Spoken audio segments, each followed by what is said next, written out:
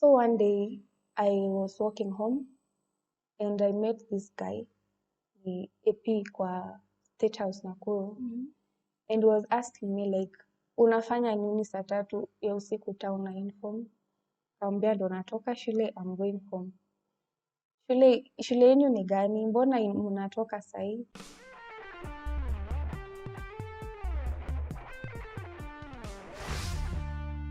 Hello, this is Let's Talk Podcast. My name is Noorah Abdalla, and today we are joined by a young, talented lady by the name Michelle Carley. She is a student of accountancy and finance. She is an entrepreneur, a band manager, a product seller, and an upcoming gospel artist. So, have I done you justice? Ama nime left kitu ingine kando? No, you have just said everything. Yeah. Okay, good afternoon. I'm Michelle, as she has said. I'm a born-again Christian, but I can't say I'm really balancing because, as you've heard, I'm a band manager. So it limits me at some point to be in a ministry and also be in a band. So right now, I'm not settled or like niko in sync with ministry, but I'm hoping as time goes by, I'll have my stand. But right now, band is work and I really have to do it. Haiwezi collide sana na ministry, but I'm really trying to balance. Yeah. Tell me about school. So, why finance and accountancy? Okay, finance and accounts is not really what I wanted because I really love things to do with entertainment, but I did that purposely for future because at some point ninaweza choka kufikia mambo ya entertainment and everything, but ukiangalia upande wa in the near future, maybe when you are growing old, that is where I really want to settle in. Maybe if I'm retiring, I'll have pension or something to cover me up. Yeah. Okay, so it's purely for the future. Yeah. I also understand you're a business woman. Yeah. And how is that going? So I started business immediately after Form 4, that is 2019, of which I've never gone to a class to study business or anything. It was just an experience of which I was taught by a friend. And I really got interested in things to do with importation of various stuffs. When I was starting, I was like, I can't do this. Because one thing, I didn't have money, like even a shilling sikuwa naweza afford. But this person really helped me. Ali finance capital, like 10,000 to bring handbags and some other stuffs. And that is where I started my business of importation. But ilifika around 2021, when the business collapsed. Like literally, I really didn't understand what happened. We had sent money to China. The agent, I don't know where he went. So I lost everything. I was zero, like literally didn't have anything. So I had to shift to a bed sitter. I had to like start over again. And before that I was staying with my aunt. So ilikuwa so comfortable, like I don't have to struggle too much to eat or anything. But after she left, now life ikawa very tough. Now the capital now sina, and that guy could not help me again because amefanya a lot. And I had taken money from some people when walikuwa nataka hizo products, and I don't have the products to give them. So I was really stressed. I think from July, I was so stressed. Nili undergo through a lot of depression.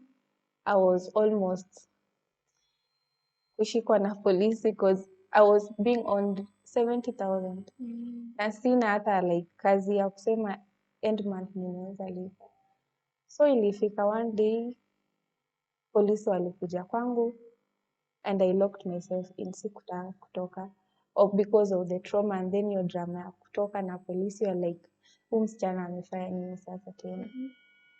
But it reached a point where when I joined CITAM in Eldoret, I met a guy who I don't even know how it started, but there was a friend of mine anaitwa Liz alinituma kwake nimpelekee a bow tie.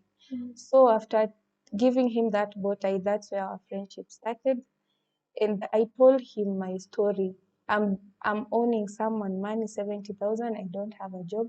That is when I came to Big Africa, and I thought that place will help me like pay that debt, but to my expectation haikuweza kunifanya nijue like I'll clear this debt.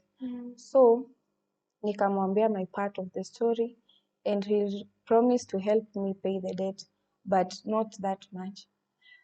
So I came back and sat down nikajiambia like I can do a lot than just sitting down ningoje mtu akuje anisaidie kulipa deni. I had to walk kwa all the shops in Eldoret. Like watu wanijui but niko tu na ile faith, huu nikimwambia nita market products zake nizikujie haizi kata. So I had like 10 shops in Eldoret of different types of business. I'm taking their products, I'm posting them, I'm marketing them, and I'm paying myself profit through that. So hivyo ndo nikaanza kugrow in that business, nina market. So people started thinking like nilifungua shop or something, but they don't know ninachukua from other people, and I'm getting even more profit than them. Obviously I'll have to hike prices. Yeah. So nikaendelea hivyo. At some times then that person was helping me paying the debt. After ilienda kuisha, he asked me unataka kufanya nini after that. Nikamwambia I really want to go back to business, but this time round I really want to be careful. I don't want to go back mahali nimekuwa juu. I was like hospitalized for almost 2 months juu ya that stress. Yenye tu someone will call you ninakuja na mapolisi, like nitaenda wapi? I was really traumatized. So that guy gave me 15,000 to start again the business. Nikasema this cannot even help me kurudi na imports za China kwanza. So I had to like go to mtumba huko West. I'm just picking clothes or anything, nikiendelea na hizi marketing. I'm selling until ikafika point sasa I'm really stable to even start my own thing. Current shelf huko LD na hivyo ndo nikaanza. Yeah. So after that, after sometimes losing all that money, ikafika point that agent alirudi from I don't know where. So alicompensate for the money that tulikuwa tumepoteza because it was 70,000 plus. Akarudisha the money plus 200k on top. So I was really stable to open another shop in Eldoret, and now I'm here. That's really nice. Yeah. At any point imefika ukasema maybe it has been too much for a 20-year-old, because 20 year I'm not even imagining, it's from 20 maybe ndio uko campus, ndio uko shule, not so many people care about business or hustle. So kuna point ulifika maybe ukafeel you're just tired and you're a bit young to experience it? I've never thought of giving up because I've grown up in not a very stable family, and I've been raised by a single mom and a grandma. So the thought of giving up ijaikuwa on my mind, because even up to now I really have to like next month inafika ni lazima nilipe rent, lazima nilipe school fees mwenyewe, lazima niangalie my siblings. So giving up has never been an option, because even right now I'm struggling with a lot.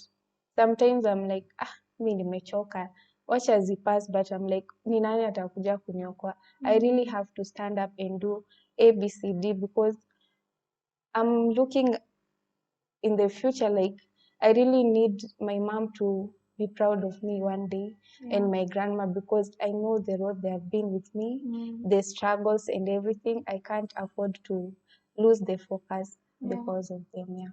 Okay. Just on the same, being very young and doing all that, I don't think I would be doing the same thing. do you think it has taught you something, especially in the business side? What has it really shown you? Because hata mtu akikuexplainia aje about journey yao, you never get to get it and to understand it kama vile wewe mwenyewe ukiexperience. So what are some of the key goals ama challenges zenye zime stand out for you ukasema I've really learned from this? So personally, before I answer that, I usually read a lot of books about investing and everything. And ikifika on the side of investing, it's very critical because ukisema una invest somewhere ujui what next, because you might either gain from it or lose from it. But on the bigger side, I look at these rich people. What do they invest in? Ndio because like the moment I got that 200,000, I was really excited. Nasema, I want to start this and this and this and this, but I really don't know where they're leading to. So up to now, I'm still thinking of what to invest in because it's really critical. Like Bigger Freak Studios, it has really taught me a lot because sikuwahi jua like being okay. Nilienda hapo not knowing how to play a piano, not knowing how to teach vocals. I was just doing ile ya kubahatisha like I really have to do this because lazima ni survive. But imenifunza a lot. Coming out from that place like very strong, uko na like you feel uko in a company yenye you can learn a lot from others. We are going on a short break. Our sponsors today and where we are shooting from. It's called Midtown Apartments at Ngara, sponsored by Soil Merchants. It's a real estate company selling the apartments here, and they also sell a variety of plots around the country. Tucked along Chambers Road in Ngara is this exquisite 2 and 3 bedroom master and suite Midtown Apartments. This scenic and peaceful location is a mere 5 minutes drive from the CBD and to the ever-vibrant Westlands area. The apartment's entrance pathway opens up to a spacious lounge with the majestic city views from the wide balcony windows. The dining area is adjacent to the lounge and beautifully connects to the breakfast bar and open-plan kitchen. Our kitchen design is aesthetically appealing and quite functional. The bright windows allow lots of light, and this coupled with the elegant and contemporary material finish for the cabinets and countertops, making this kitchen quite the alluring space that every discerning family truly deserves. From the kitchen, you get access to the utility area as well. The bedroom floor plan layout is brilliantly designed with convenience and privacy in mind. On one end of the pathway, you get the spacious master bedroom, which is master and suite. The wardrobes are the perfect size for a couple, while the master bathroom has a spectacular finish to match the overall look and feel of a brilliant investment for the price we offer. The other bedrooms are roughly 12 square meters and are conveniently served by a common cloakroom with an exterior vanity along the bedroom's pathway. For security and privacy, each apartment floor is secured by biometric entry systems. You'll also get access to high-speed lifts leading to the basement and the rooftop's fully equipped fitness and aerobics center. To guarantee 24-hour security, we have high perimeter walls, CCTV surveillance, and electric fence. Buy your unit today. So we have talked about business, right? And just asking, when did you start maybe selling or getting yourself exposed to adulthood, which means is you need to cater for your needs and also cater for your family's needs?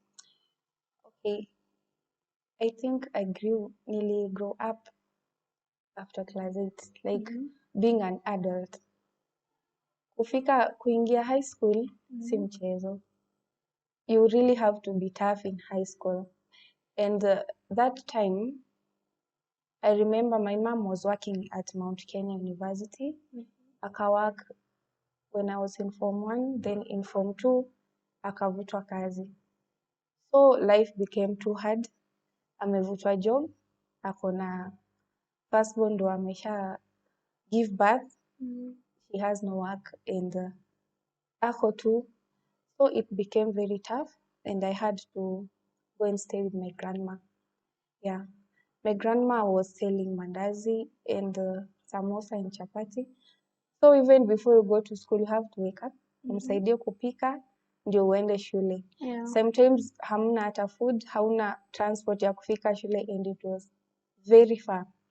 So you have to utoke kwa nyumba almost 5. You walk shule ikupate 6:50 uko kwa gate. Yeah. So at that time, I was thinking of how can I help my mom. That was in Form 3. How can I help my mom? And it was so tough because I'm thinking like I'm in school and you have to be there from morning to evening. What am I even going to do? So ikafika at some point, I don't even feel like going home because maybe una feel like maybe wewe sasa ndo stress hata kushinda stress yenye mzazi yako nayo. Yeah. So one day I was walking home and I met this guy, the AP kwa State House Nakuru, and was asking me like, unafanya nini saa 3 ya usiku town na uniform? Kaambia ndo natoka shule, I'm going home. Shule yenu ni gani? Mbona mnatoka sahi? I explained to him the reason I'm studying and everything. So that guy told me the next day, mi nafanya State House, I want you to come and see me. So I was thinking like, mbaba anawezaje niita State House? Naenda kufanya nini huko na sina ID? I just say, let me go and I won't tell anyone. So the next day I went and he told me, unaishi na nani? I said, my grandparents. Why? I said, my mom has no job. He has 2 kids to take care of. So I have to give her space also. Ndio nisikuwe like burden kwake. So this guy told me, I can give you work, then unaweza kuja kufanya every Sunday and then you just leave. So I had to start kazi ya kufua na kuosha vyombo and kupika. So every Sunday I could go there, ninafanya all that and get 500. Hiyo ni transport ya the whole week. Hauna ujaweka hapo food and everything. So I did that for almost 3 months. Before now my mother realized. Like one thing yenye ilikuja kwa mind yake when alisikia tu nimeingia State House in ID was like, this guy is using you. But that wasn't the case. My mother really cried because she's a single mom.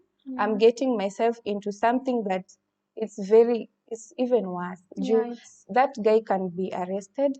Na mimi pia, I really didn't know what would happen. So she cried na ile, I really don't know what happened to her in the past. So I just had to tell her, if that's the case, I'll have to quit this. Because hakuwa anajua hii ndo kitu imekuwa inanisustain for 3 months.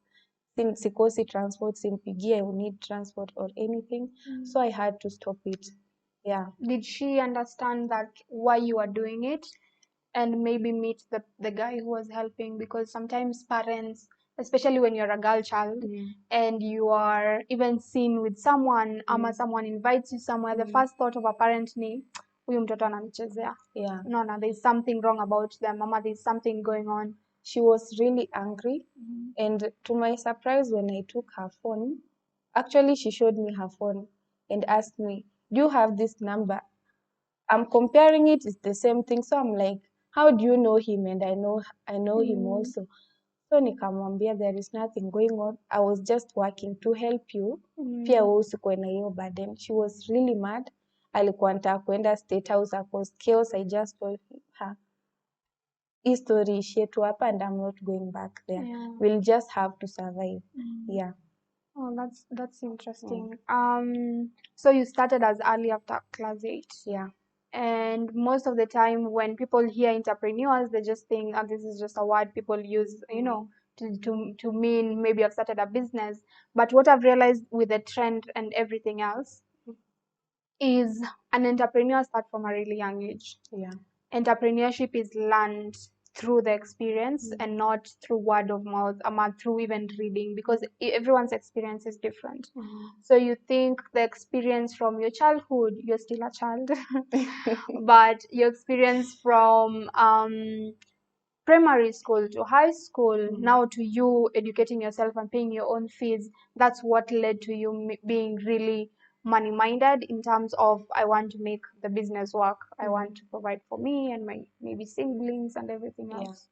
So it really did. Yeah. The experience. Because it hasn't been easy. I can't lie, it's easy.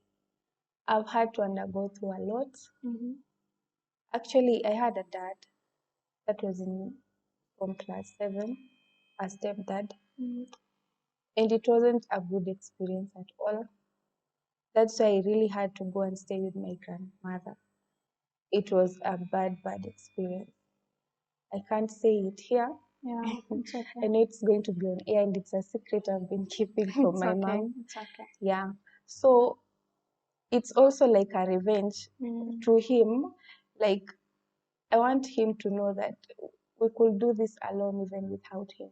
Yeah. Because he really made us undergo through a lot of hardship, and it wasn't good. Yeah. So I could just say, like, no one should ever give up. It's not an easy journey, but unakuwa tu na faith and hope, like, I'll get there. Yeah. About music, what inspires you? It's just a talent you have? Music is passion.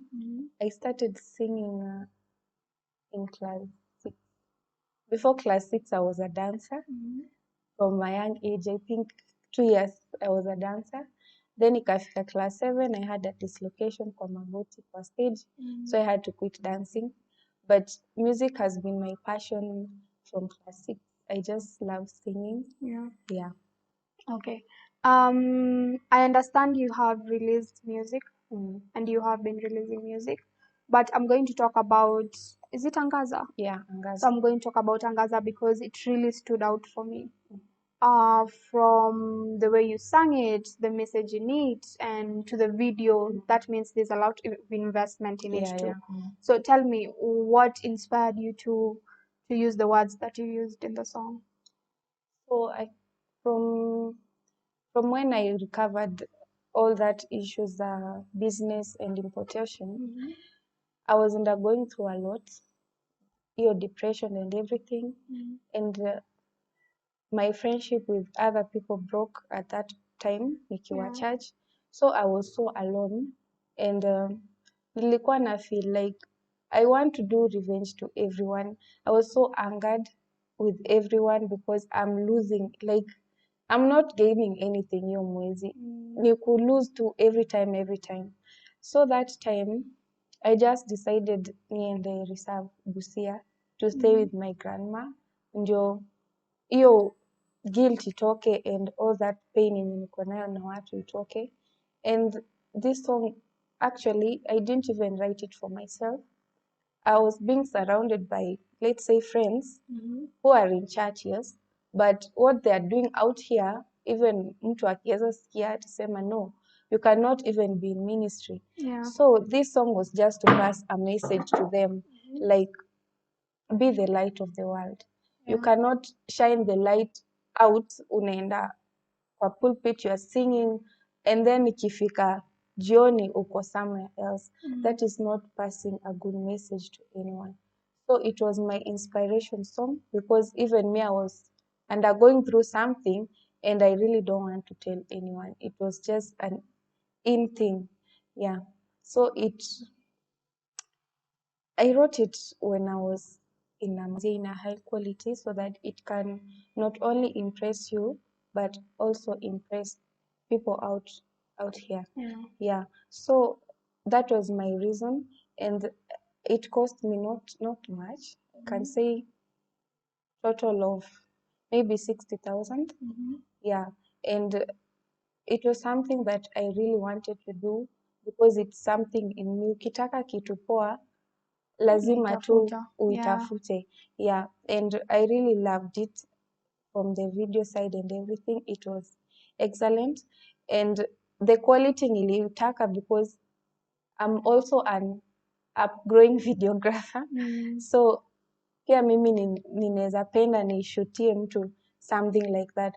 So sikutaka disappointments. Yeah. That's really nice. 60,000 si pesa kidogo. Do you have people you confide in? And that means friends who are really true to you and true to your vision and what you want. Because most of the time you may not have a therapist really, or do you have a therapist? Not really. So you have those friends you confide in, and they're the ones you share your confidence. Actually, I'm not that close with one friends. Yeah. The only person I really confide with is my boyfriend. I tell him everything, even when I'm starting something he really has to know. Like, he's my best friend. I can say that. I'm not that. I think I trusted so many people. Like, someone is your friend because anataka in something for me, but are you interested in what you even do? Yeah, Yeah, exactly. because mostly since I started coming up, someone could just call, mtu aja kupigia almost a month, but atacall nitumie pesa fulani. So you're like, a whole month leo ndo unanitafuta. So I really had to like keep off because I'm not gaining anything na hawanisaidii. So I just had to withdraw because they are not really helping me. But maybe in the near future, I'll have someone, maybe like a manager, to help me in this journey because I can't do it alone, obviously. But in the meantime, the only manager I have is my boyfriend. Oh, that's Yeah. good. Meaning he helps you a lot even with mental issues or your experiences. Yeah, How's the everything. relationship with you and your mom? For the longest time, I think I didn't have a good relationship with her. When I was young, she was like just working, no time for me or anything. I've been raised up by my grandma almost till 16. Yeah. She has been raising me up. So after, because my mom was working in Kisumu, again in Nairobi, she's coming back to Nakuru, hakuwa nayo balance. So hiyo connection yangu na mom haikuwa kabisa literally. So venye ilifika hapo form 1 ndio nilianza kukaa na mom, but still hiyo connection haikuwa because I was already used to my grandma and I had a lot of questions. Why did you leave me? Mbona nakaa na grandma? Why have I never seen my dad? What is even going on?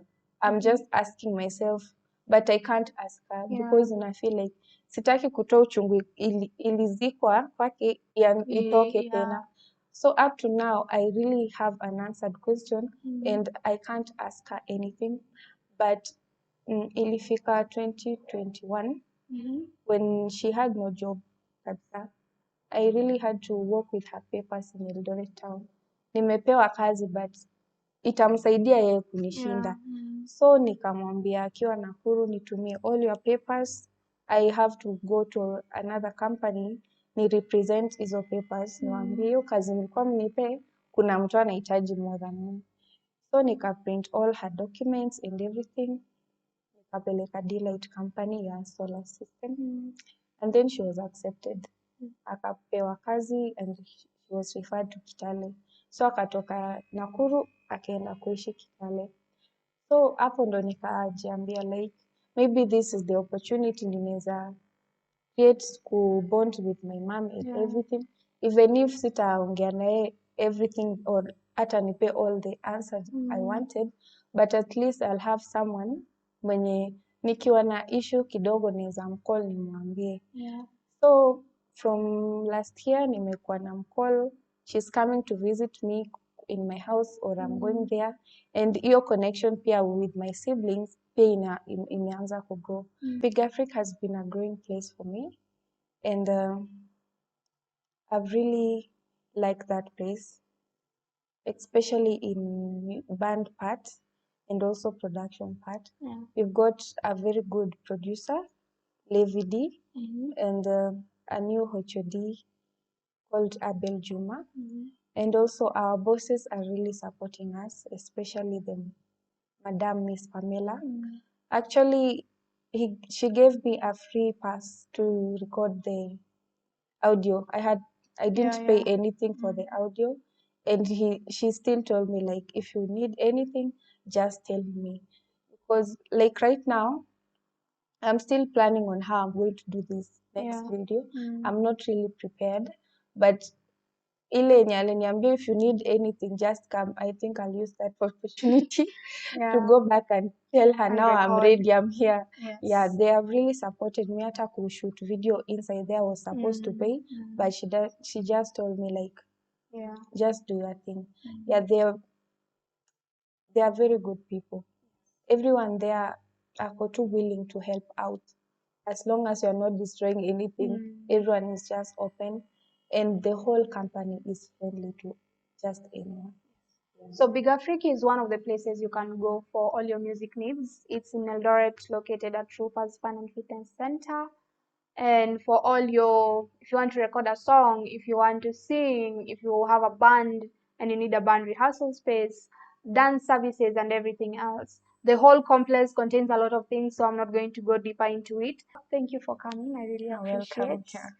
And it has been an honor considering you're like our second guest. So as we look into the growth, and I'm also investing in the podcast. So as we look into it and we see the growth, I will be really appreciative if you support her. Go to her YouTube channel. I will link it down below. Thank you for being here. Have a lovely time.